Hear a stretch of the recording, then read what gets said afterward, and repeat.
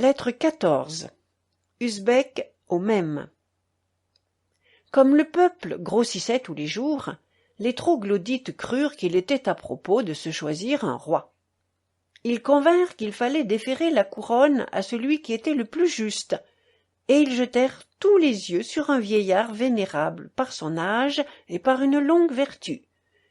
Il n'avait pas voulu se trouver à cette assemblée. Il s'était retiré dans sa maison, le cœur serré de tristesse. Lorsqu'on lui envoya des députés pour lui apprendre le choix qu'on avait fait de lui, « À Dieu ne plaise, dit-il, que je fasse ce tort aux troglodytes, que l'on puisse croire qu'il n'y a personne parmi eux de plus juste que moi. Vous me déférez la couronne, et si vous le voulez absolument, il faudra bien que je la prenne. Mais comptez que je mourrai de douleur d'avoir vu en naissant les troglodytes libres et de les voir assujettis aujourd'hui. » À ces mots, il se mit à répandre un torrent de larmes.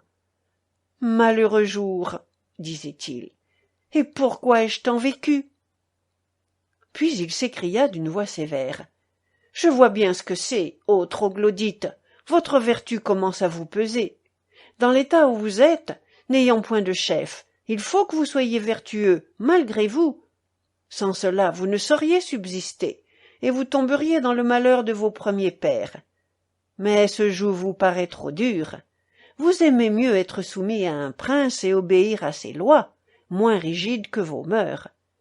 Vous savez que pour l'or vous pourrez contenter votre ambition, acquérir des richesses et languir dans une lâche volupté, et que, pourvu que vous évitiez de tomber dans les grands crimes, vous n'aurez pas besoin de la vertu. » Il s'arrêta un moment, et ses larmes coulèrent plus que jamais.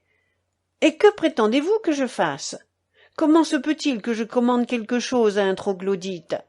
Voulez-vous qu'il fasse une action vertueuse parce que je la lui commande, lui qui la ferait tout de même sans moi, et par le seul penchant de la nature ? Oh, troglodyte, je suis à la fin de mes jours, mon sang est glacé dans mes veines, je vais bientôt revoir vos sacrés aïeux. Pourquoi voulez-vous que je les afflige, et que je sois obligé de leur dire que je vous ai laissé sous un autre joug que celui de la vertu ?» D'Erzeron, le 10 de la lune de Gémadi 2, 1711.